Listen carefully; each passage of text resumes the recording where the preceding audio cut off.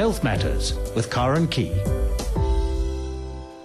Well, tomorrow is World Down Syndrome Awareness Day, and joining me this evening is Professor Saslha Kritzinger, head of the Centre for High-Risk Children and Infants at the University of Pretoria. Now, she's an acclaimed speech-language pathologist, and she's been in practice for over 30 years. Good evening, Professor Kritzinger. Welcome to the show. Good evening, Karen, and thank you for the opportunity. Well, we're going to talk about children with Down syndrome and the development of communication skills.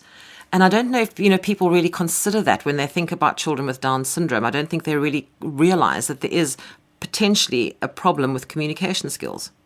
Yes, certainly, because children are, from birth onwards, they have difficulties. It starts off with feeding difficulties, and if you have feeding difficulties, you may have speech difficulties as well. Language difficulties, hearing difficulties. So yes, they really need speech therapy, and we recommend it from as early as possible. There's two sort of factors here. There's the understanding of speech and then the speaking itself and composing sentences. Could you just talk us through a little bit of what the difficulties in those two areas are? Yes. We find, and researchers found that children with Down syndrome, they have special needs and they need special attention and help to learn language skills. But they do learn vocabulary. That means single words, to talk single words. That is difficult for them, but sentences are more difficult for them. But we have ways to help them with that because we're using gestures, because they can imitate. They find it easier to imitate, so if we use gestures for them, they learn to understand the gestures that the people around them are using, gestures with speech. So it's not like with deaf people that it's only signing that's used, but it's with speech, and that is an assistance for them to learn to talk then. We're talking about speech-language pathology. Now, is this something that is accessible to most families who have children with Down syndrome? Yes, that's quite difficult because there are not enough speech therapists. There are not enough audiologists also in the country to actually service everybody.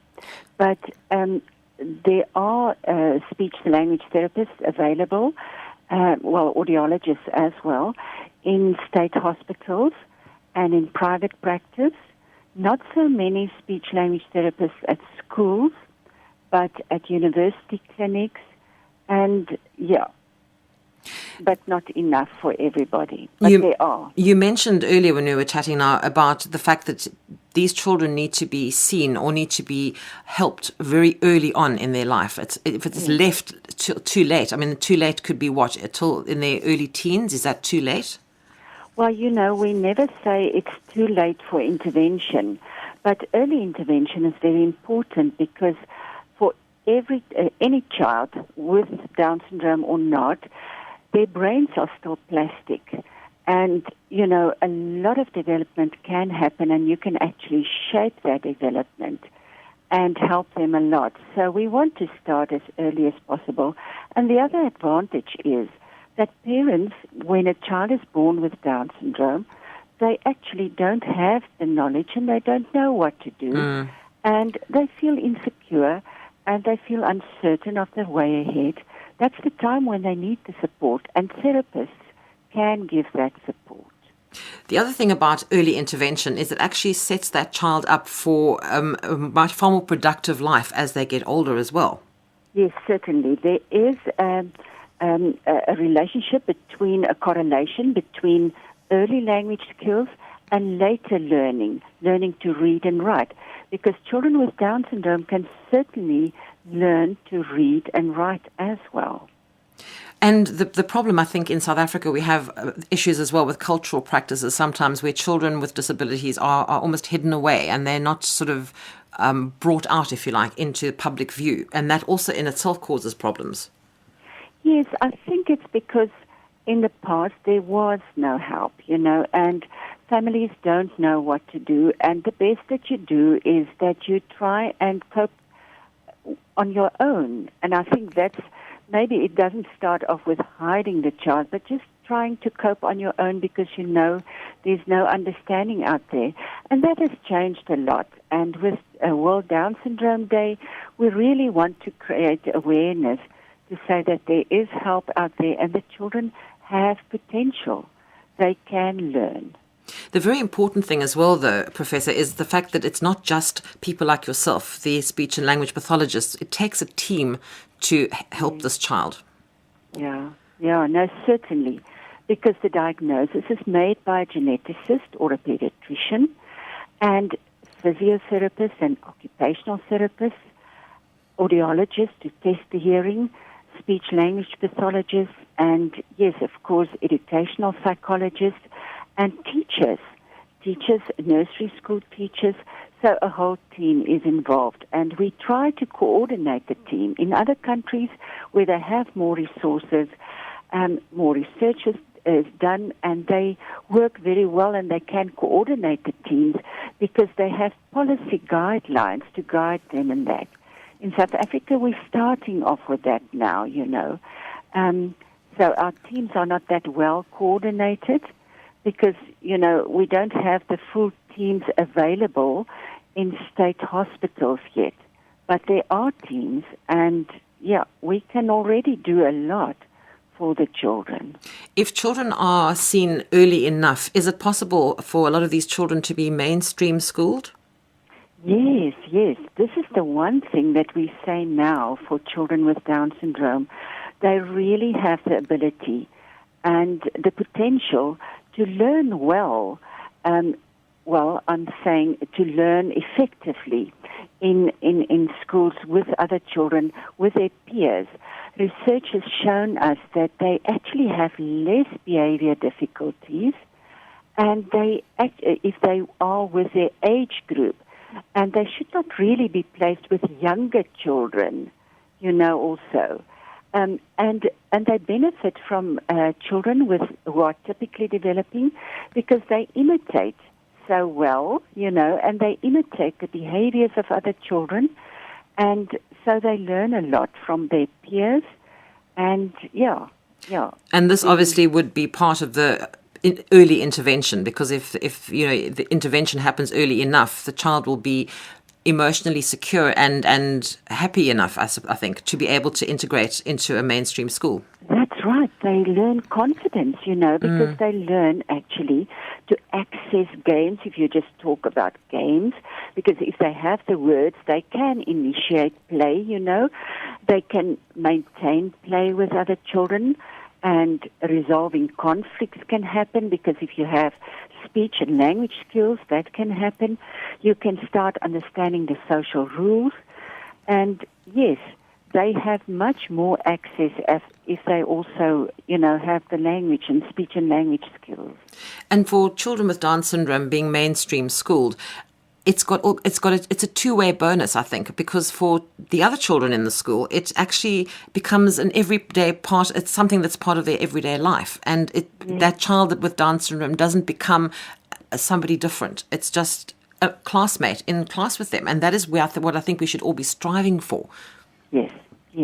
Now, I really like what you're saying because families with children with Down syndrome are isolated, and if it's just also because typically developing children or families with typically developing children not used to people with disabilities.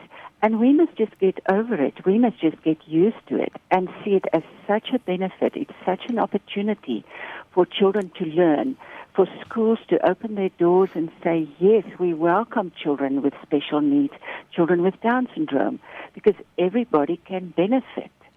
Do you find that is starting to happen now? Yes, certainly. It's starting to happen. Many nursery schools are taking in children, and they see the challenge and they see the opportunity, and they have many benefits with that. And then primary schools as well, and high schools as well. That children with Down syndrome always need assistance for learning. It's some kind of assistance that they do need. But there are so many benefits, and they learn much better. And like you were saying, the confidence develops. They become, peer pressure is there. I've got to act like this, and I also want to act like this. And, you can actually, you conform to the peer, to your peers, and you want to do what they are doing as well. Also, with that, I'm sure it must make the home life a whole lot easier, because if there are other siblings who do not have Down syndrome, it could be quite a problem in the home environment as well. But if the child is confident, it's happy at school, having fun, has his or her own friends outside of the home, it must make the home life a whole lot easier for everybody concerned.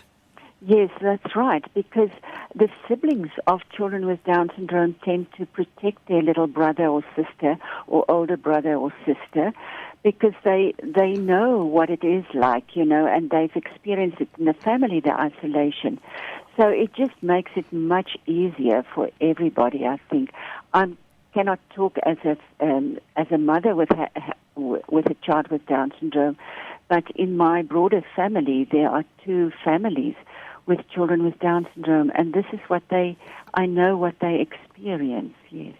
So it is quite a difficult situation, but as you say, if there's early intervention, a lot more can actually be done to help the child and the family of that child to be integrated into society and to have a much better quality of life in the long run. Yes, certainly. And yes, it is a challenge and it is a difficult situation, but I work with somebody who has Down syndrome, and I asked him, what should I say tonight? And he said to me, well, because he had the benefit of having early intervention when he was a baby. And he said, when I grew up, I just got on with my life. So these are also normal, Absolutely. It's part of normal life. That you carry on with your life. Right now he's got a job, he's got a paid job, and he's part of life, and he carries on with his life. Like we all do. Yes, like we all do. So it's different, but not also that different. We must just get over the differences and embrace differences and diversity. And I think the younger the children are when they are exposed to children who are not the same as them, the easier it will be for them and for the other children as they grow up, because it will become part of their normal everyday life. So it should be encouraged. Yes. Sorry, you were saying? We find that children are much easier actually to integrate. It just shows adults as well, because adults, older adults, maybe you come from a time when nobody knew what to do, how to help children with Down syndrome effectively, and then the people did not learn skills, So there was a time that people did not learn skills, but now it's completely different. So, yes, everybody learns that way as well. Professor Kritzinger, I have to thank you so much indeed for your time this evening and for joining me on the show. Thank you very much indeed. Thank you. Thank you for the opportunity, and good night. Good night. Thank you so much. Professor Olta Kritzinger is head of the Centre for High-Risk Children and Infants at the University of Pretoria. Now, 2 lots of information I'm going to give you now. If you need more information on anything pertaining to Down syndrome, you can take a look at the website. It's www.downsyndrome.org.za.